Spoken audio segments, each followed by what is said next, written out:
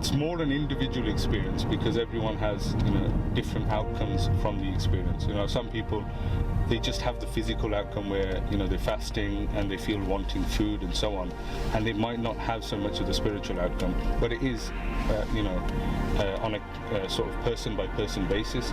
But I think very importantly for me, it's spending this time with family.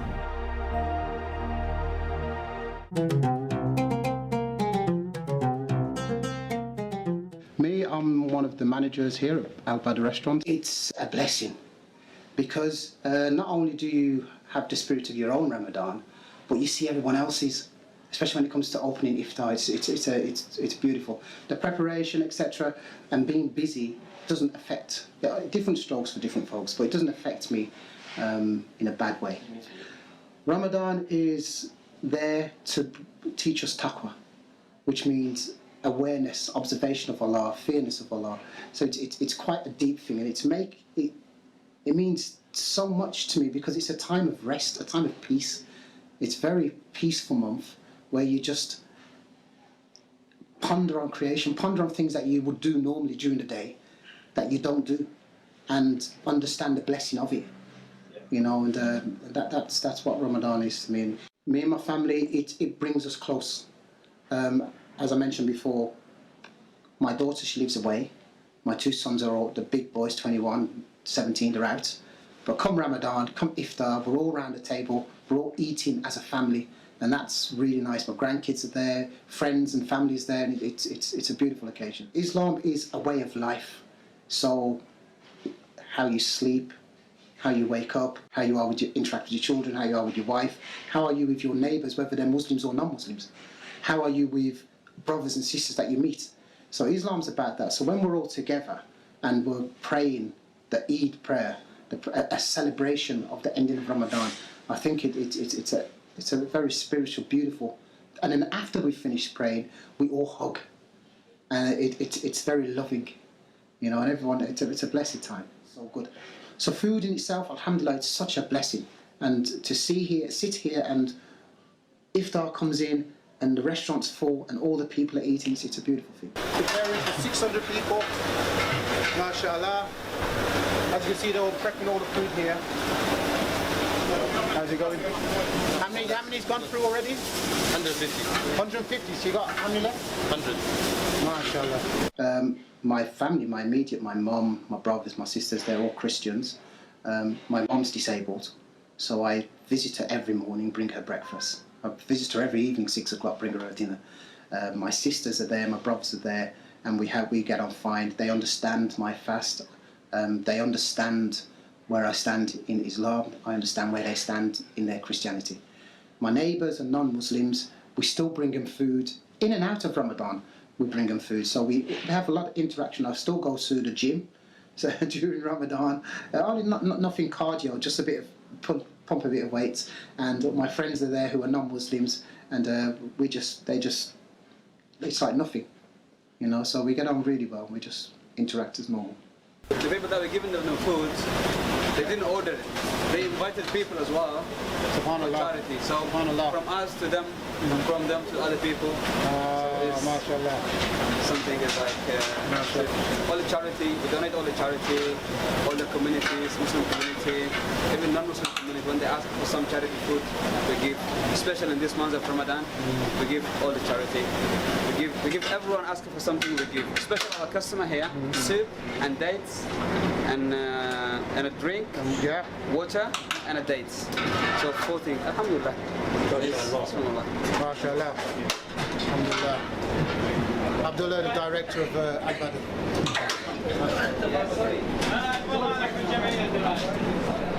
My dad here, and Marcel. We call him Pretty One.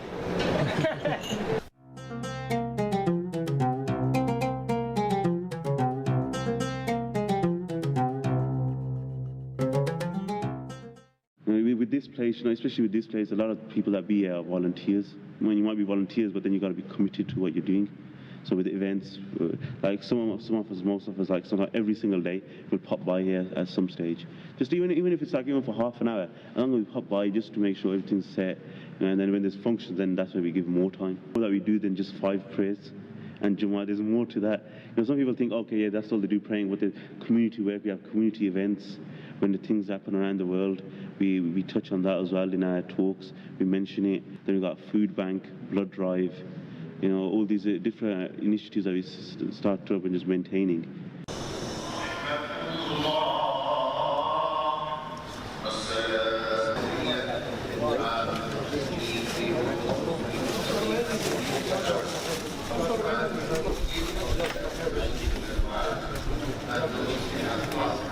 That hall which you have just been in, 3,000 is the maximum capacity for the volume praying. Downstairs, a further 1,000 downstairs, maybe 1,500, and here upstairs as well, another 1,500. I've been told the maximum capacity is 7,000 of the mosque if you use every area, including the galleries, classroom, and that's possible. We don't get obviously that amount of people, but I would say the first Tarawih, you're possibly looking about maybe 4,000 people, yeah. For obviously people when they're going to open their fast for iftar. Preparation all takes inside the kitchen. I can show you the kitchen if you like. Now we put a storeroom inside here. We get a lot of fruit, and obviously people open their fast with fruit. You're looking about roughly, I would say, around. Tomorrow we might get a lot because obviously the first fast, so I'm presuming possibly around 800 people. But generally it's around 5. Obviously as Ramadan progresses, the masjid has obviously been providing it. They've been doing it since I can remember, even before me, since I've been working here, and I've been working about 5 years now. A lot of people donate the money as well, and some catering companies also, they will sponsor a certain day, so they will take care of all the costs of that day. So a lot of companies, a lot of businesses, Muslim businesses, they see it as a good opportunity to get some reward.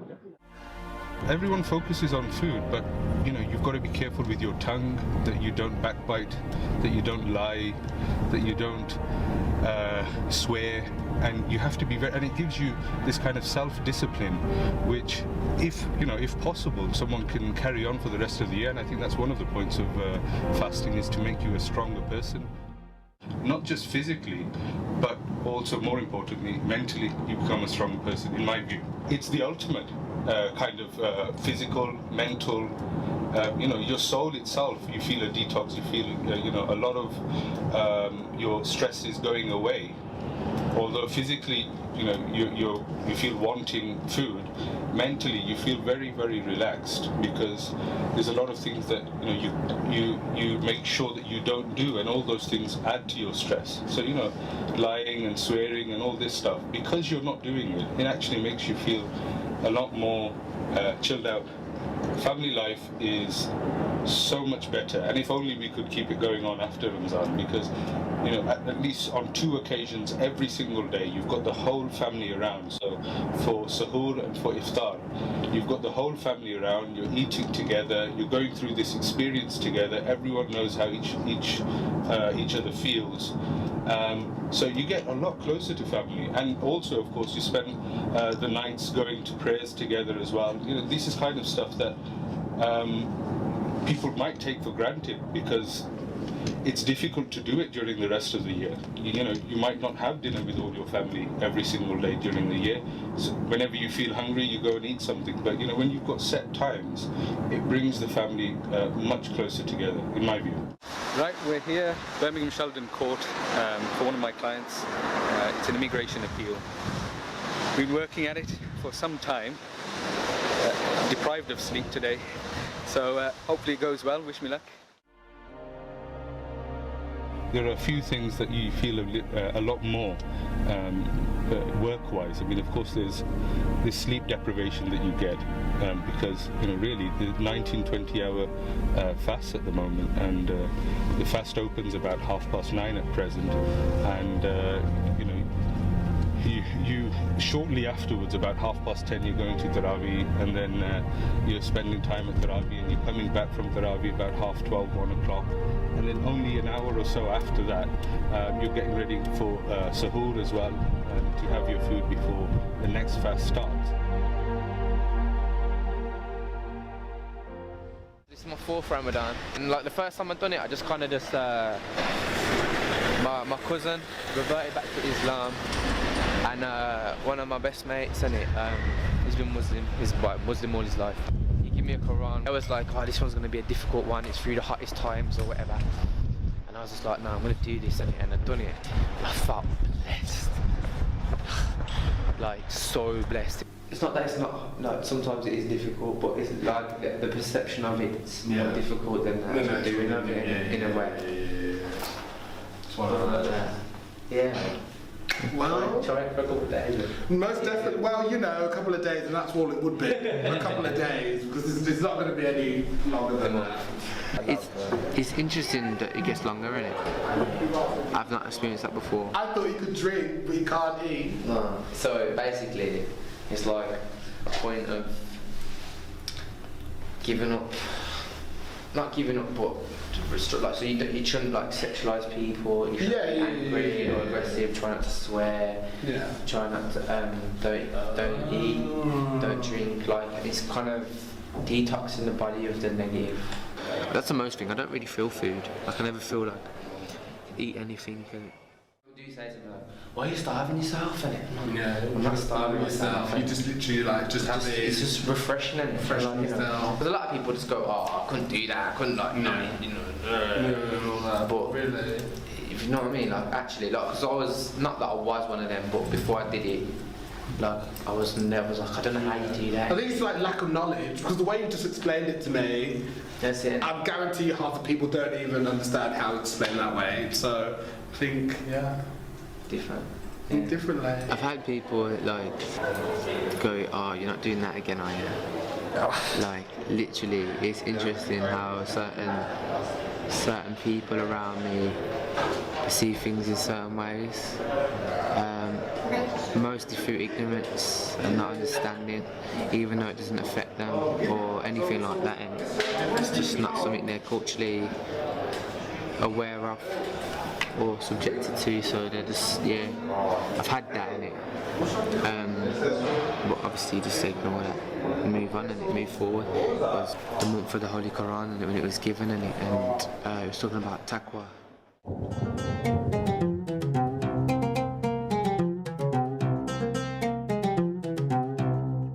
My name is Shazad.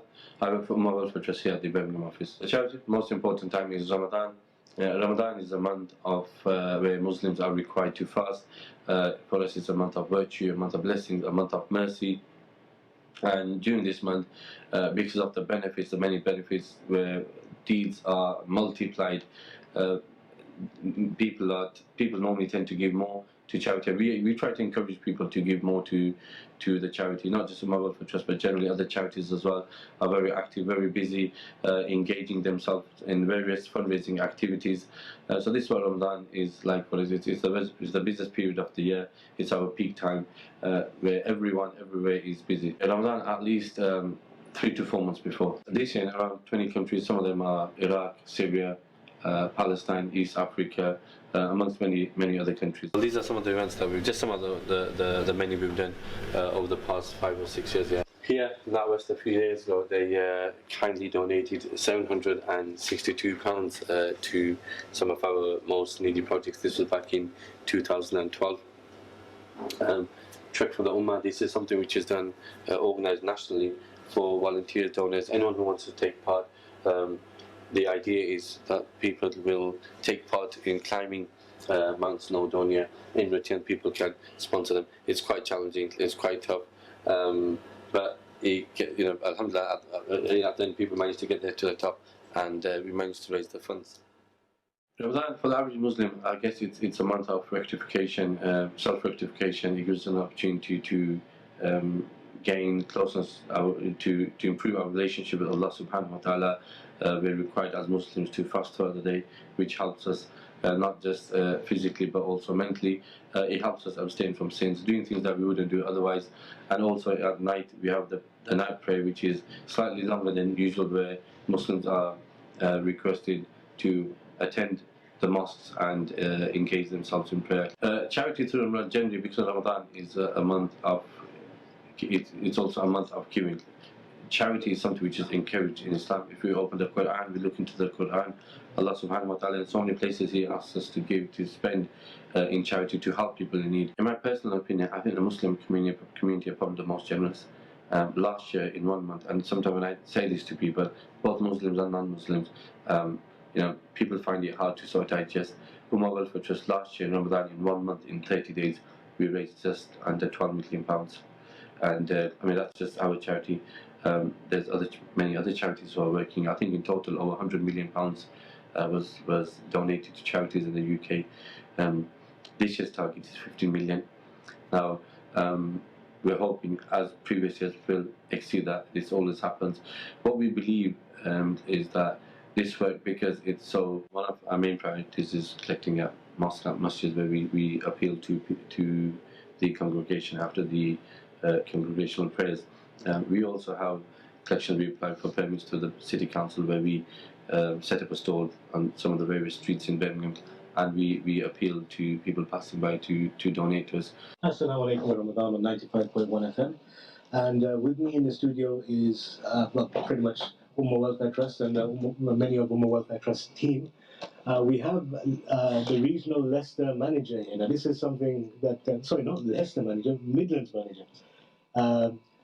You might find a slightly Brummie accent, but don't hold that against him. He's a very good brother, mashallah. For many years, Leicester and Birmingham have been trying to compete against each other to see who gets the most donations, especially in Ramadan and things like that. Most of the time, it was us. Sadly, these last few years, Birmingham has been beating us. We're not resenting it much, but we are hoping that you would assist us in this. It's like a football team getting a foreign player, so to speak. But yes, we're hoping you'd help us get more people to donate, inshallah. Tonight is the 27th night of Ramadan, and the 27th night of Ramadan is the Laylatul Qadr, known as the night of power or the night of decree. As with the Quran Sharif recitation finishing tonight, being completed, where one of the main things that happen on this night is we'll see thousands of people coming today. So one of the big things is we have Salatul Tasbih, we have to arrange for that, and on top of that then we provide a suhoor, which is also known as sehri. We provide food for the people that come here today, and that within itself has a lot of logistical things that need to be taken into consideration with the event. To be honest, this has been one of the hottest Ramadans this year that we've had from the past years, and that within itself, keeping 18-19-hour fasts, and at the same time people have to go to work, and especially for the young generation, a lot of them Ramadan has coincided with their exam periods, and for them they have to go to Travi, but then at the same time got to get for morning exams. But alhamdulillah, we've come to the 27th Ramadan almost approaching, and alhamdulillah, it takes it out of you. That's what it's supposed to do. But at the same time, a lot of people have said that they feel that they've gained the closeness with Allah, and with Ramadan, that's the purpose of Ramadan, to be able to get closer to Allah subhanahu wa ta'ala.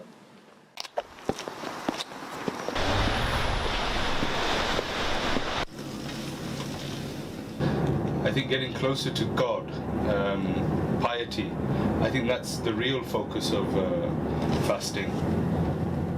I mean, there's a lot of people who would say it's so that you can feel sympathy towards those people who don't have food and so on. I think that's a byproduct, to be honest.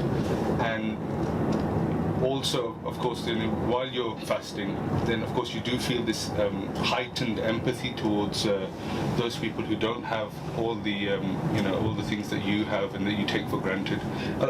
Everyone focuses on food, but you've got to be careful with your tongue, that you don't backbite, that you don't lie, that you don't swear, and you have to be very, and it gives you this kind of self-discipline, which if possible, someone can carry on for the rest of the year. And I think that's one of the points of fasting, is to make you a stronger person, not just physically, but also, more importantly, mentally, you become a stronger person, in my view.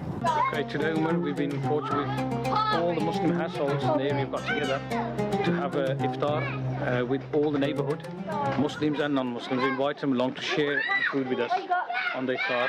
as this is the month of mercy and compassion, month of sharing, we decided to have a bit of a community iftar today. So alhamdulillah, these are the early preparations.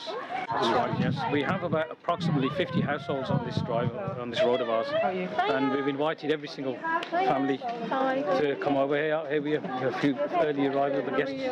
I'm Jill from the Breed team. This is a community iftar for all the households, Muslim, non-Muslim, black, white, doesn't matter. We all come to share our iftar with us, inshallah. Hi guys, you're right. How you doing? You good?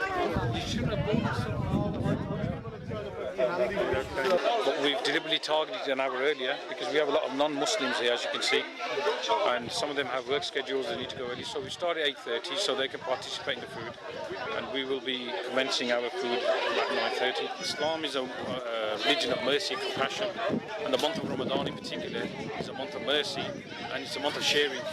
So we are sharing our happiness in this blessed month along with our neighbours, Muslim and non-Muslim. And as you can see, this is the early stages. People have arrived here, right? And we invited everybody on the road, and basically we're looking forward to a good evening.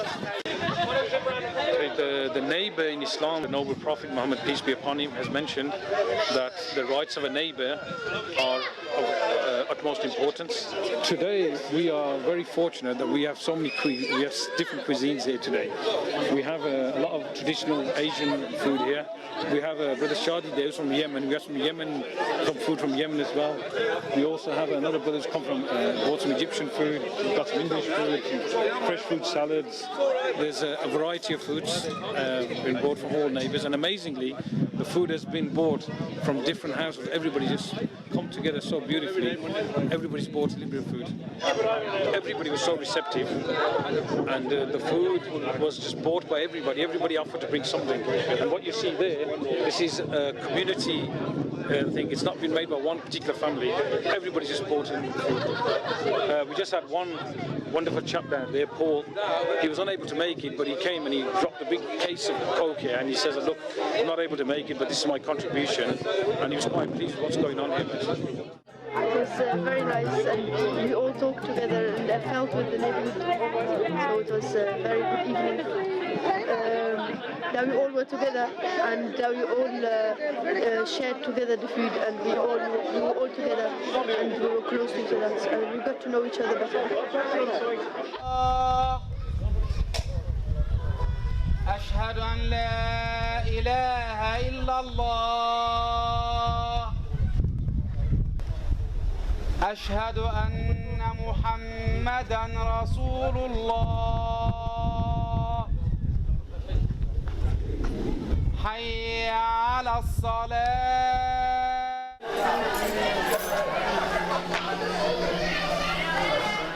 لقد كان فريق منهم يسمعون كلام الله ثم يحرفونه.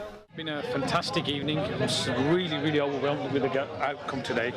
We've had I think everybody's attended, and we had an amazing evening. You can see now it's nearly 10 o'clock.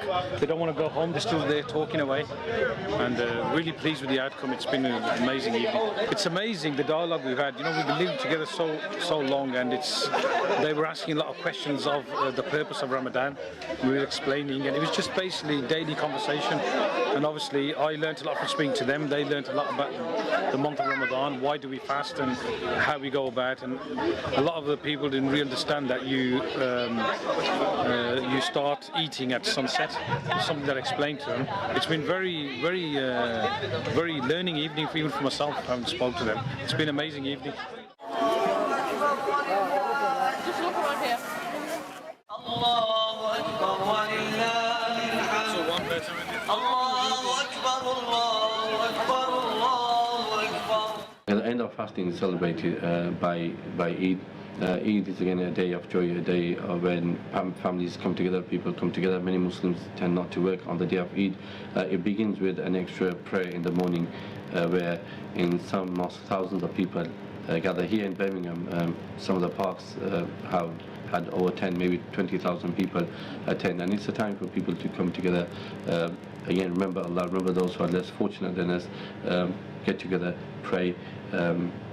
It's a moment of unity, a moment of joy. الله أكبر الله أكبر الله أكبر لا إله إلا الله والله أكبر الله أكبر has prepared for you.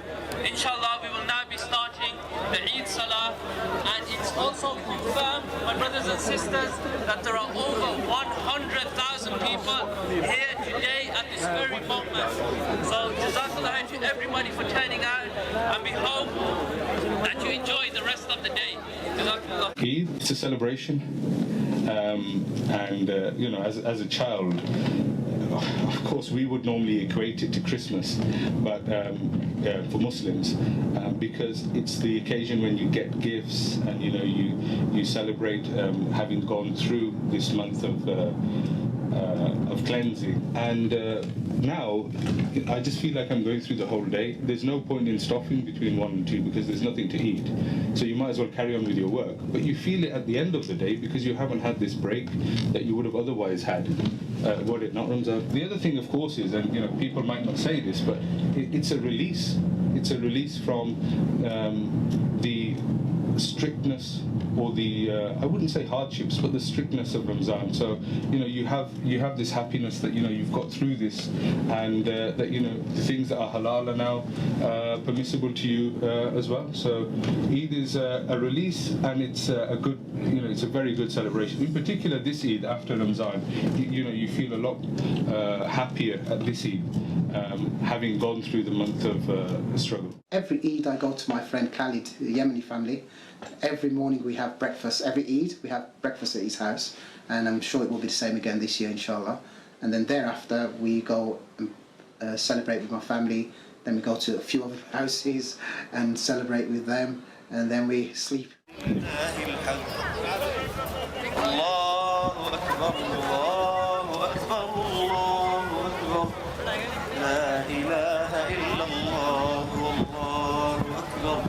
الله أكبر